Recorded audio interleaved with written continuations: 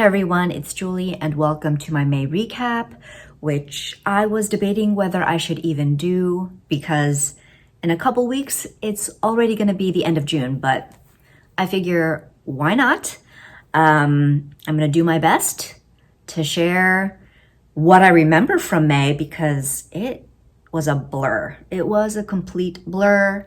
I feel like 2020 in general is just some fucked up time warp.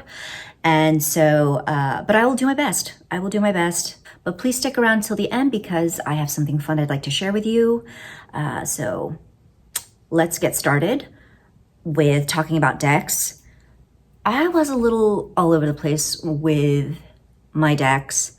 So one day I would pick a deck from the shelf that I was in the mood to work with and use that for the day and then put it back, and then on a different day use a different deck.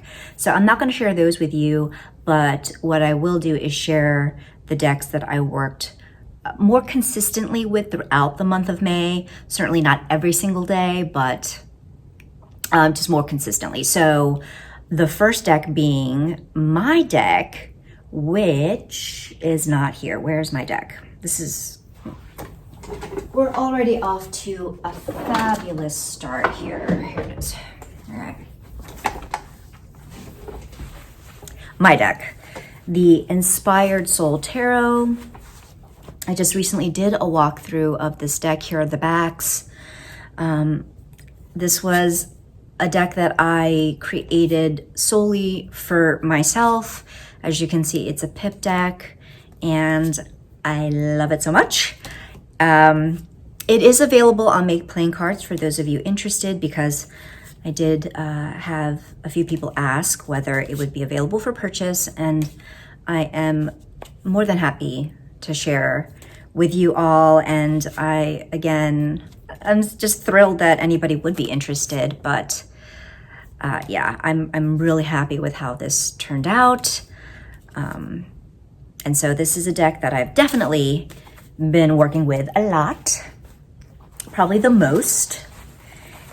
And then the other tarot deck is the Tarot of Passing Showers by Valerie Chia, another deck that I have done a walkthrough of. And this is just a really awesome deck. I love the artwork, despite the fact that the imagery lends to kind of more the shadowy, darker side of things. I didn't find that it bothered me or that my readings were particularly depressing or morose. These have actually been great to work with. And so I really like this deck. Oracle. So I bought a few Oracle decks because I was like, retail therapy, okay? I bought decks. I bought several decks. I'm not gonna buy any more Oracle decks, she said. I don't use Oracle that much, she said. The first one I'm gonna show you is the Oracle of Shapeshifters, my first Lucy Cavendish deck. This version of Oracle of the Shapeshifters is the Australian version, which means it has the different backs.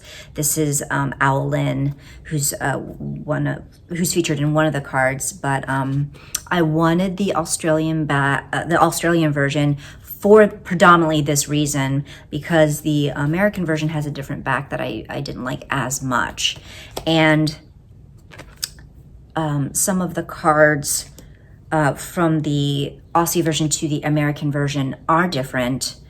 I think the American version, from what I've seen in walkthroughs, tries to make some updates so that the artwork is a little more cohesive. This deck has some of the older artwork of Jasmine Beckett Griffith, which I think for people can be jarring. For me, I don't mind it. It hasn't really bothered me as much. Again, another deck that I have heard many times called a great shadow deck. I have no doubt that this makes a great shadow deck, but I've found it to be actually a good comfort deck. in the month of May. Comfort, did I say that right? Comfort deck in the month of May. I've just been really pulling a card in the evenings and reading through the guidebook and just getting to know the deck better. And so I've been enjoying it so far. I would say that the title is a little bit misleading because you think that, you know, each of these cards, every single one is going to give you a shapeshifter. But see, as you can see here, well, this I guess would be a good example of a shapeshifter in terms of the beast. But then you've got, say, like Red Riding Hood, or just other characters or girls that aren't necessarily shapeshifters. But the whole idea of the deck is that the messages involve transformation and, you know, involve that shifting of perspective, a shifting of life path. So, okay, I get that. I would argue that a lot of Oracle decks have those messages, and you could have just named this, like, I don't know, Oracle of the big-eyed animal girls or whatever, because you do see a lot of animals, yes, and that was appealing to me. But in any case, that's just a minor nitpicky thing. Overall, I really have been enjoying this deck. And then what else? Well, I haven't started working with this yet, but yeah, like, go big or go home, right? So I bought 2 Jasmine Beckett Griffith decks, and this one is the Alice the Wonderland Tarot. I haven't, like I said, worked with this yet. I have heard that this definitely kicks you in the ribs, so I'll get back to you on this one. Another deck that I've been working a lot with is the Rusted Lenormand by our very own Dawn Michelle over at Boho Tarot. And she made this cute little bag to go along with the deck for me, which is so sweet. She is so talented. And I have a walkthrough of this as well. Here are the backs, lovely. And I've just really been enjoying this Lenormand deck. She just did such a fabulous job with these images, and they're just beautiful, and the color palette's beautiful, the aesthetic is beautiful, everything about it. I've just been having a great time with this deck. So if you haven't checked it out yet, you should definitely do so. It's a great Lenormand deck. So there's that one. I did end up buying another deck. Nina from Shuffle Tarot, I did end up buying her Rune Spiral cards. Rune Spiral, I think that's what they're called. Rune Spiral cards. She's made them available on MakePlayingCards.com for those of us who want to learn how to learn the rune system, which I have been interested in, and I just never got around to it. But then she comes out with this awesome deck. It's so cool. Like, just love the colors. I love her illustrations.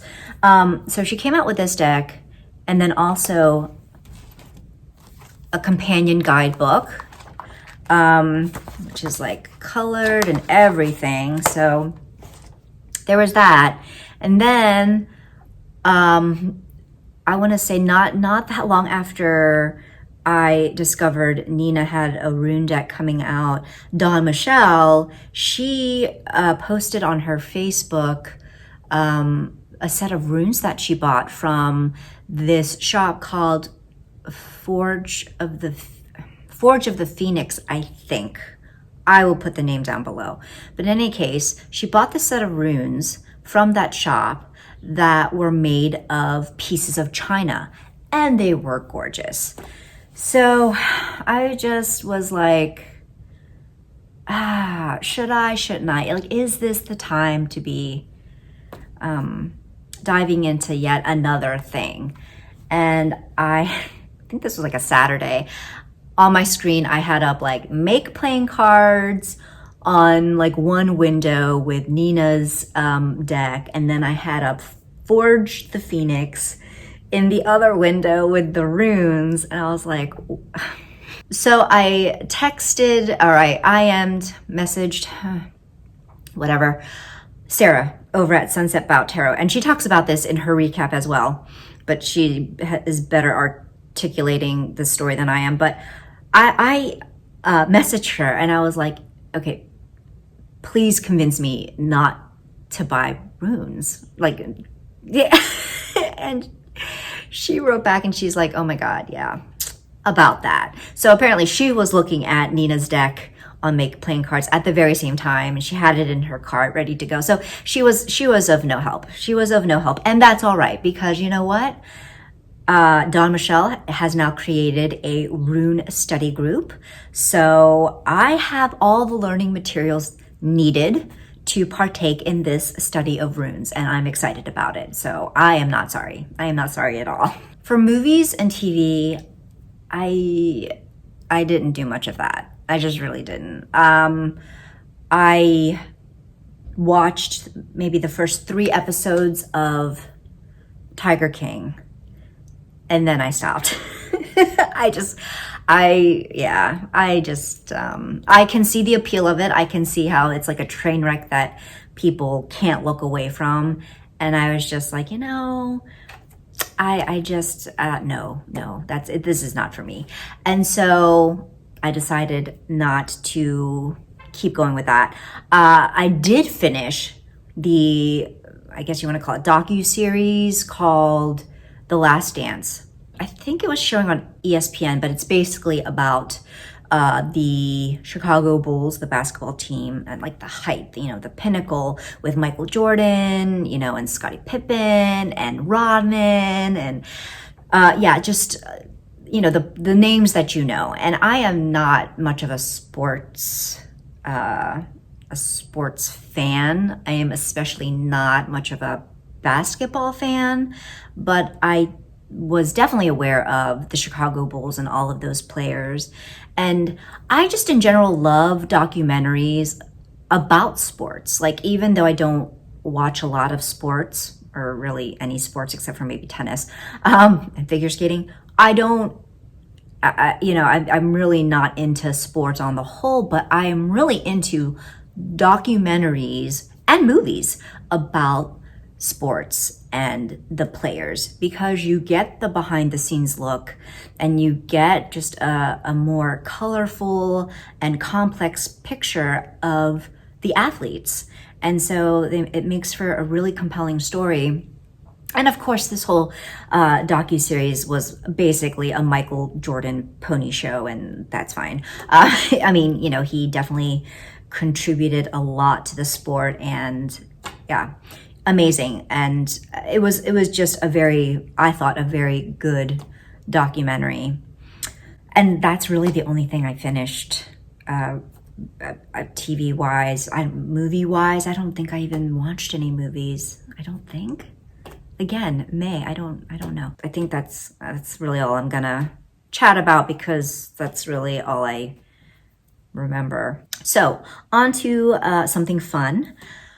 My birthday is coming up soon, and like I did last year, I wanted to kind of continue the tradition of celebrating my birthday with you all by doing a little bit of a giveaway. So what I've decided to do is, because I want to make this available to everyone, domestic and international, I have decided that I am going to let the winner choose from the book depository what they would like to receive. So it could be, and I'm going to cap it at about a $45 US value. So $45 US value. And so you get to pick what you want.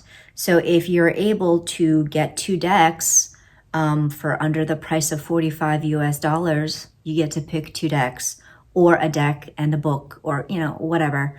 I don't care, as long as it's not offensive. you know what I mean? Like, as long as I don't foresee any issues with it, you are free to choose whatever you like in terms of decks or books. And yeah, just make sure that you are subscribed to my channel. I'm really not blasting this out that loud. I am not, putting the word giveaway in my title because I want this to be for the people who have really supported me and supported my channel. And so if you're watching this, if you're watching my recaps, chances are, you have watched my other videos, and I really appreciate it. And I want to give back. So yes, in order to enter the giveaway, I'm assuming you're subscribed, and just put a little emoji in the comment section, then you're entered. You're entered.